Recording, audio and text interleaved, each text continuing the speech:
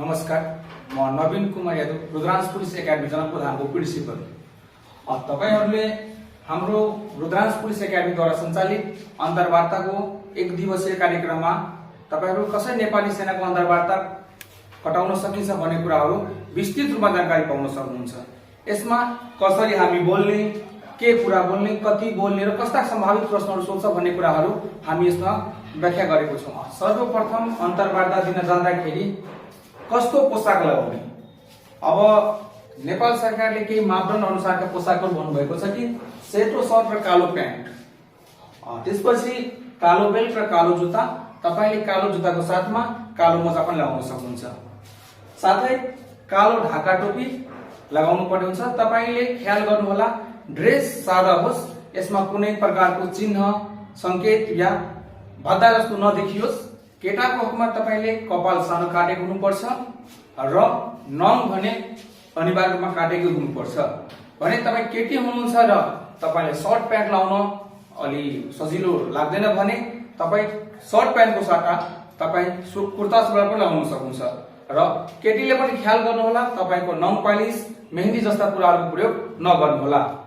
अब यो रे तपाईहरुको पोशाकको कुरा भने अब अन्तर्वार्ता दिन जाँदाखेरि हामीले के कस्ता अनुशासनहरु पालना गर्नुपर्ने हुन्छ। जब हामी पहिलो चोटी अन्तर्वार्ता दिनको लागि अन्तर्वार्ता हलसम्म पुग्छौं, त्यसपछि हामीलाई हाम्रो क्रम अनुसार हामीले भित्र बोलाउने सिलसिला हुन्छ। जब तपाईको पालो आउँछ, तपाई मैं कमी सर भनेर भित्र छिर्नु होला। जब भित्र छिर्नुहुन्छ, त्यहाँ तपाई केही व्यक्तिहरु बसेको हेर्नुहुन्छ जसले तपाईको इन्टरभ्यु यानी कि अन्तर्वार्ता लिनेछ। जाने बित्तिकै हामी सबभन्दा पहिले दुईटै हात जोडेर नमस्ते सर एकमुष्ट रूपमा भन्नुपर्छ। हामीले पालै पिलो सबैले नमस्ते नमस्ते भनिराख्नु भने परेन। यस पश्चात उहाँहरूले आफै तपाईलाई राखिएको कुर्सीमा बस्न भन्नुहुन्छ। हामी नहडबडाइकन एकदम आरामले कम्फर्टेबल हुने गरी त्यो कुर्सीमा बस्नु। त्यसपछि कतिको बानी हुन्छ कि खुट्टाको माथि खुट्टा चढाएर राख्ने, हामी त्यस्तो पोजिसनमा बस्दैनौं। हामी पूरा सिधा पोजिसनमा एकदम कम्फर्टेबल हुने गरी बस्छौं। त्यसपछि उहाँहरूले हाम्रो डकुमेन्ट माग्नुहुन्छ, हामी आफ्नो डकुमेन्ट उहाँलाई दिन्छौं। डकुमेन्ट दिइसकेपछि उहाँले हाम्रो अन्तर्वार्ताको क्रममा सर्वप्रथम सोधिने प्रश्न भनेको तपाईको परिचय के हो। तपाईको परिचय सोध्दाखेरि तपाईहरु धेरै वाहियात कुराहरु नगरी तपाई आफ्नो सठिक नाम भन्नुहोला, तपाई कति पढ्नु भएको छ, तपाईको घर कहाँ छ, तपाईको हालको बसाइ कहाँ छ र तपाईलाई के शौक छ। शौक भन्दाखेरि अब मलाई हिरो हिरोइन मन पर्छ जस्तो हैन, तपाईले पढ्ने इच्छा छ, तपाईलाई नेपाली सेनामा धेरै मन पर्छ, त्यस्ता कुराहरु गर्नुहोला। र अन्तिममा तपाईले के खेल खेल्न रुचाउनुहुन्छ। यदि तपाईले कुनै खेल खेल्न रुचि लाग्छ भने तपाई त्यो खेलको बारेमा भन्न सक्नुहुन्छ। ध्यान दिनुहोला, खेलको नाम भन्नुभन्दा अगाडि कम से कम तपाईले त्यो खेलको नियम, त्यो खेल खेल्दाखेरि आवश्यक खेलाडीको संख्या योहरु पनि थाहा हुनु पर्यो। त्यसपश्चात तपाईले आफ्नो आमा बुवाको नाम भन्दै तपाई आफ्नो परिचय यतिमा समाप्त गर्नुहोला। त्यसपश्चात उहाँहरूले तपाईलाई दोस्रो प्रश्न के गर्नुहुन्छ भन्दाखेरि कि तपाई नेपाली सेना किन बन्न चाहनुहुन्छ। संसारभरि या नेपालकै कुरा गर्दाखेरि नेपालमा अन्य निकायमा अन्य दर्जाको कार्यहरु हुन्छ। तपाईले पढेकै योग्यता अनुसार पनि विभिन्न प्रकारको कामहरु पाउन सक्नुहुन्छ, तर तपाई नेपाली सेना किन बन्नुहुन्छ। अब यहाँ तपाईले मलाई त्यसको पोशाक मन पर्छ, त्यसको हतियार मन पर्छ जस्ता वाहियात कुरा नगरिकन तपाईले नेपाली सेना बन्दाखेरि राष्ट्र सेवा, देश सेवा र जनताको सेवा गर्ने अवसर पाइन्छ भन्ने जस्ता प्रसंगहरु जोड्नु होला। अब यहाँ तपाईहरुले जागिर खाने क्रममा कति व्यक्ति के हुनुहुन्छ भन्दाखेरि तपाई फ्रेशर हुनुहुन्छ, तर केही व्यक्तिहरु कस्तो हुनुहुन्छ भन्दाखेरि पहिले कुनै बैंकमा, वित्तीय संस्थामा या अन्य निकायमा कार्य गरिरहनुहुन्छ र त्यसलाई छोडेर अब तपाई नेपाली सेना बन्दै हुनुहुन्छ भने तपाईको लागि एउटा प्रश्न हुन्छ कि तपाई नेपाली सेना नै किन रोज्नु भयो। तपाई आफ्नो पुरानो जागिर छाडेर तपाई नेपाली सेना किन बन्न चाहनुहुन्छ। तपाईको सठिक जवाफ हुनेछ कि नेपाली सेनाले देशको रक्षा गर्छ, देशको सेवा गर्छ। म नेपाली सेनामा जागिर खाए आफ्नो देशको रक्षा गर्न चाहन्छु, आफ्नो देशवासी जनताको सेवा गर्न चाहन्छु र मैले जुन कार्य गर्दै थिएँ त्यसमा मलाई त्यति सन्तुष्टि पाइन, म देशको सेवा गर्ने त्यति अवसरहरु पाइन र त्यसकारणले मैले पुरानो जागिर छाडेर म नयाँ जागिरको लागि नेपाली सेनामा प्रवेश गर्न चाहन्छु। र त्यहाँ अर्को कुरा के हुन्छ भन्दाखेरि तपाईले उहाँले सोध्न सक्नुहुन्छ कि तपाईले पुरानो जागिर छोड्नुभयो कि निकालिनुभयो। यदि तपाईँ निकालिनु पनि भएको छ भने यो नभन्नुहोला कि मलाई पहिलाको जागिरबाट निकालिएको छ। तपाईँले के भन्नुपर्ने हुन्छ भन्दाखेरि म त्यो जागिरबाट सन्तुष्ट थिइनँ, मैले चाहेको मेरो इच्छा अनुसार त्यहाँ मैले सेवा सुविधा वा मैले देश सेवा गर्ने अवसर पाइनँ र मैले त्यो जागिर छोडेको हुँ। अनि यति भनिसकेपछि उहाँहरूको अर्को प्रश्न हुनेछ कि तपाईँलाई नै किन हामी नेपाली सेनामा रोज्ने? हाम्रो अगाडिको भ्याकेन्सीको माग अनुसार नेपाली सेनामा जम्मा 4500 सिट रहेको छ र दरखास्त दिने व्यक्ति भनेको लगभग 15,000 भन्दा माथि छ। त उहाँको प्रश्न रहन्छ कि त्यति व्यक्तिहरूमध्ये म तपाईँलाई नै किन नेपाली सेनाको जागिरमा सिलेक्ट गरौँ? त तपाईँले भन्नुपर्ने हुन्छ वा तपाईँले सोध्न सक्छ कि तपाईँले हामी सिलेक्ट नगर्नुको कारणहरू के हुन सक्छ। त तपाईँले त्यहाँ सिलेक्ट नगर्नुको कारण सोद्धा पनि वा सिलेक्ट गर्नुको कारण पनि सोद्धाखेरि तपाईँले आफ्नो विशेषता नै बताउनु होला। यो होइन कि तपाईँले सोधिदियो कि तपाईँले नेपाली सेनामा सिलेक्ट नगर्नुको कारणहरू के हुन सक्छ भन्दाखेरि तपाईँले यो नभनिदिनु होला कि म धेरै रक्सी खान्छु, म चुरोट खान्छु, म झै झगडा गर्छु, मेरो बिपी छिटो बढ्छ, यस्ता प्रसङ्ग नजोड्नु होला। तपाईँलाई यदि यो प्रश्न सोधियो कि तपाईँले हामी नेपाली सेनामा किन सिलेक्ट गर्ने, तपाईँले भन्न सक्नुहुन्छ कि म नेपाली सेनाको जागिर खान योग्यता पुरा भएको नेपाली व्यक्ति हुँ। म देश सेवाको लागि हरदम हर वखत आफ्नो ज्यान दिन सक्छु भने देशको सीमा बचाउनको लागि हर वखत कसैको ज्यान लिन सक्छु।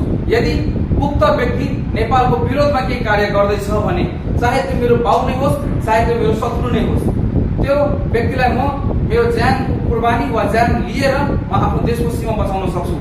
र यदि तपाईँले यस्तो प्रश्न गर्यो कि तपाईँमा के कमी छ कि जुन कमीलाई हामी निहालेर तपाईँलाई नेपाली सेनाबाट निकाल्न सक्छौँ, यस्तो प्रसङ्गमा तपाईँले के भन्नुपर्ने हुन्छ भन्दाखेरि कि ममा खासै त्यस्तो केही समस्या छैन जस कारणले मलाई तपाईँले आज रिजेक्ट गर्न सक्नुहुन्छ। हो, मसँग यस्ता खालका विभिन्न योग्यताहरू छ जुन मैले भर्खरै योग्यता क्रममा बताएको थिएँ। यस्तो प्रश्न गरिराख्दा तपाईँले कसैसँग तुलना गरी कि ऊ मभन्दा कमजोर छ या म ऊभन्दा धेरै बाटो छु, म ट्यालेन्टेड छु भन्ने कुरा प्रसङ्ग नजोडी तपाईँले आफ्नो मनमा लागेको कुरा आफूले जसरी एउटा साथीलाई सेयर गर्नुहुन्छ त्यसरी नै त्यहाँ पनि उहाँलाई आफ्नो साथी मान्नुहोला। तर ध्यान गर्नुहोला कि साथी मान्दैमा तिमी जस्ता कुराहरू प्रयोग नगर्नुहोला। तपाईँले उहाँलाई सम्बोधन गर्दाखेरि उच्च आदरका भाषा प्रयोग गर्नुहोला। यदि तपाईँहरूलाई उच्च आदर सम्बन्धी जानकारी छैन भने हाम्रो नेपाली व्याकरणमा रहेको आदरमा तपाईँहरू गएर उच्च आदर के हो भने तपाईँहरू सिक्न सक्नुहुन्छ। त्यसपछि तपाईँहरूलाई सोध्न सकिन्छ कि तपाईँ 10 वर्षभित्रमा के बन्न चाहनुहुन्छ। यो प्रश्न तपाईँहरूले खास तपाईँको उद्देश्य जान्नको लागि गरिन्छ। या तपाईँले डाइरेक्टली सोध्न सक्छ कि तपाईँ नेपाली सेना बन्ने उद्देश्य के रहेको छ। त तपाईँले यो प्रश्नलाई 2 खण्डमा बाँडेर जवाब दिन सक्नुहुन्छ। एउटा कि तपाईँ जागिर अवधिभरि र अर्को अवकाशपछि। तपाईँ यस्तो कुरा पटक्कै नगर्नुहोला कि म नेपाली सेनामा जागिर खाई कसैलाई ठगी प्रलोभन दिई या यसको प्रयोग गरी यसको मिसयुज गरी म पैसा कमाउन चाहन्छु, यस्तो प्रश्न पटक्कै नगर्नुहोला। किनभने नेपाली सेना देशको सेवा गर्ने निकाय हो। यो विभागले हाम्रो देशको हाम्रो जनताको सेवाको लागि हरदम हर वखत तयार रहन्छ। र यसमा अवकाश भरिमा तपाईँहरूले यो प्रश्न यो कारणले पनि सोधेको छ कि तपाईँ यस्तो त होइन 2 वर्ष 4 वर्ष जागिर खाने र पैसा जब आइहाल्छ यसलाई छोडेर अर्को निकायतिर जाने, यस कारणले पनि सोध्छ। त्यही भएर तपाईँ भन्नुहोला कि म अनिवार्य अवकाश या स्वैच्छिक अवकाशको अवधि पूरा नहुन्जेलसम्म नेपाली सेनामा देशको सेवा गर्न चाहन्छु र अवकाशपछि देशलाई या मेरो समाजलाई भलो हुने कार्यमा म बिजनेस व्यापार या कुनै प्रकारको जागिर गर्न चाहन्छु, जसको कारणले नेपाली सेनाको जागिर भरि त मैले देशको सेवा गर्छु नै, त्यसपछि पनि म जनताको सेवा गर्ने अवसर पाउँछु भन्ने कुराहरू जोड्नु होला। यस्तै क्रममा केही सिचुएसनल क्वेसनहरू पूर्ण गर्न सक्नुहुन्छ। उहाँहरूले भन्न सक्नुहुन्छ कि यदि तपाईँलाई हामी नेपाली सेनाको लागि सिलेक्ट गर्यौँ, तालिम अवधि वा तालिम पश्चात जब तपाईँ जागिरमा खटाउनुहुन्छ त्यसपछि तपाईँको गुल्मको कुनै एउटा साथीले भन्नुहुन्छ कि यहाँ हामीले पाएको सैनिक हतियार लिएर अब हामी जागिर छोडेर भागौँ भने त्यस्तो प्रसङ्गमा तपाईँ के गर्नुहुन्छ?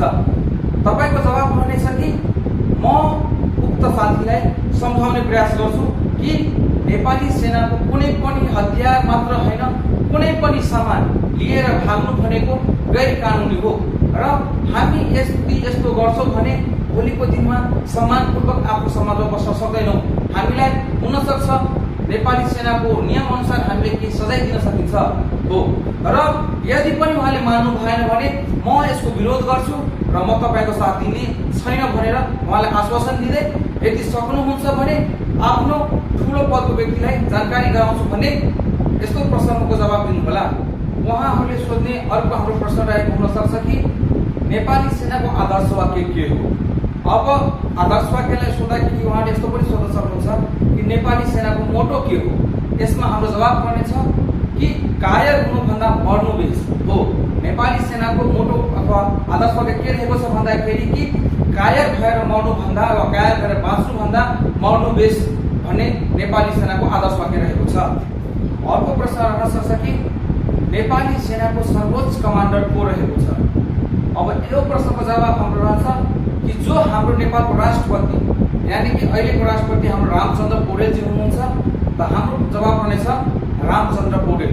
वा तपाईँले यही प्रश्नलाई यसरी पनि सोध्न सकिन्छ कि नेपाली सेनाको सर्वोच्च कमान्डर पदमा कसको जिम्मेवारी हुन्छ, त हाम्रो जवाब रहनेछ राष्ट्रपतिको। अर्को कि नेपाली सेना बन्नको लागि सबभन्दा आवश्यक योग्यता के हो, त हामीले धेरैचोटि बुझिसकेको छौँ र सुनिसकेको छौँ। 8 कक्षा पास हुनुपर्छ, 18 वर्ष कटेको, 22 वर्ष ननागेको, 5.2 फिट 5.2 फिट हाइट भएको, छाती यति, सबै कुरा हामी भन्छौँ, वेट यति। तर नेपाली सेनाको सैन्य या कुनै पनि पदको योग्य हुनको लागि सबभन्दा पहिले मेन्टली र फिजिकली फिट हुनुपर्छ, देश सेवा गर्ने जुनून हुनुपर्छ र आत्मरक्षा या देशलाई बचाउनको लागि ज्यान लिन र दिन सक्ने क्षमता हुनुपर्छ। तपाईँमा अर्को पनि के खुबी हुनुपर्छ भन्दाखेरि तपाईँ कार्य गरिरहँदाखेरि आफ्नो काम गर्दाखेरि आफ्नो 100% दिएर त्यो कामलाई कुशलतापूर्वक गर्नको लागि धैर्यता पनि रहनुपर्ने हुन्छ। यस्तै सिलसिलामा तपाईँलाई अर्को प्रश्न के सोधिन सक्छ भन्दाखेरि के तपाईँ कार्य गरिरहँदा वा तपाईँको जागिर अवधिमा तपाईँको सिनियरले तपाईँलाई नियम विपरीत काम गर्न भन्दाखेरि तपाईँ के गर्नुहुन्छ हो। कति पटक हामीहरूले सुनेका वा देखेका होला कि हाम्रो सिनियरले हामीले जबरजस्ती नियम विपरीत काम गराउँछन्, त तपाईँको जवाब फेरि नेगेटिभ नदिनु होला। तपाईँको जवाब रहनेछ कि मेरो सिनियरले मलाई आदेश दिँदाखेरि, मलाई कुनै काम अठाउँदाखेरि यदि मलाई लाग्छ कि यो काम नियम विपरीत छ भने म सर्वप्रथम यो कामलाई राम्ररी चेक जाँच गर्छु। मेरो चेक जाँचपछि पनि यो काम यदि नियम विपरीत नै रहन्छ भने म उक्त कुराको कम्प्लेन उहाँभन्दा पनि मलाई आदेश दिने सिनियर कर्मचारी भन्दा पनि माथिल्लो दर्जाको कर्मचारीलाई उहाँको कम्प्लेन गर्नेछु।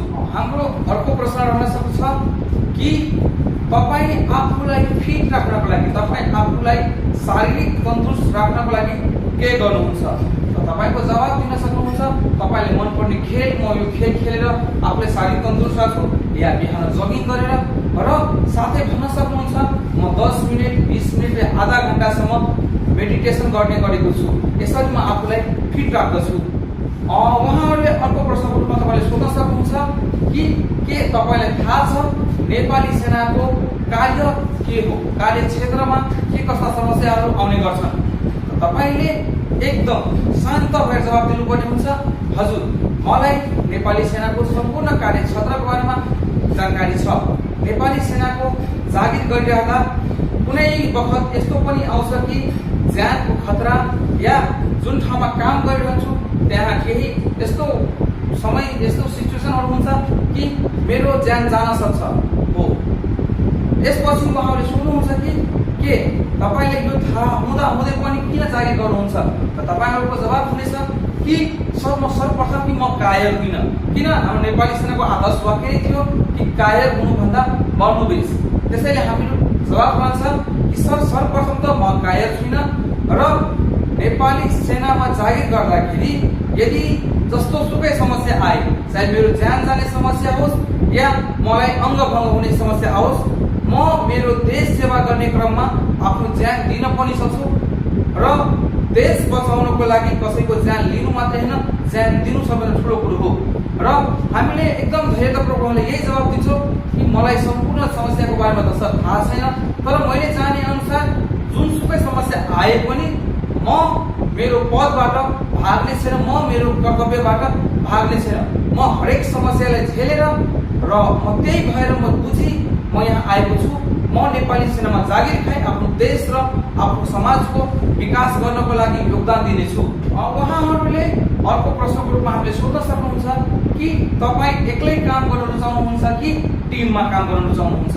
हाम्रो जवाब रहन्छ कि सर, मैले पाएको कार्यभार म एक्लैले पनि कुशलतापूर्वक गर्न सक्छु, तर म एक्लैले गर्नुभन्दा पनि एउटा टिमले गरेको काम छिटो र राम्रो हुन सक्छ, उत्कृष्ट हुन सक्छ।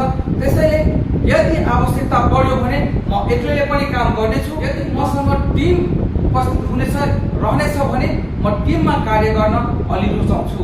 साथीहरू, यसमा हामीले धेरै कुरा त होइन, तर नेपाली सेनासँग सोधिने नेपाली सेना पदमा सैन्य पदको लागि आवश्यक महत्त्वपूर्ण प्रश्नहरू गर्यौं। अब अर्को भिडियोमा हामीले जिके र सेवा सम्बन्धी सैन्य पदको लागि आवश्यक प्रश्नको भिडियो पनि लिएर छिटै आउनेछौँ र त्यतिन्जेलसम्म यो प्रश्नहरू रिभाइज गर्दै बस्नुहोला। हाम्रो युट्युब च्यानललाई लाइक र सब्स्क्राइब गर्न सक्नुहुन्छ यदि तपाईले हाम्रो भिडियोबाट केही ज्ञान पाउनु भएको छ भने, र आगामी भिडियोबाट पनि तपाईहरूले आफूले अन्तर्वार्ताको लागि तयार भएर बस्न सक्नुहुन्छ। धन्यवाद। जय नेपाल।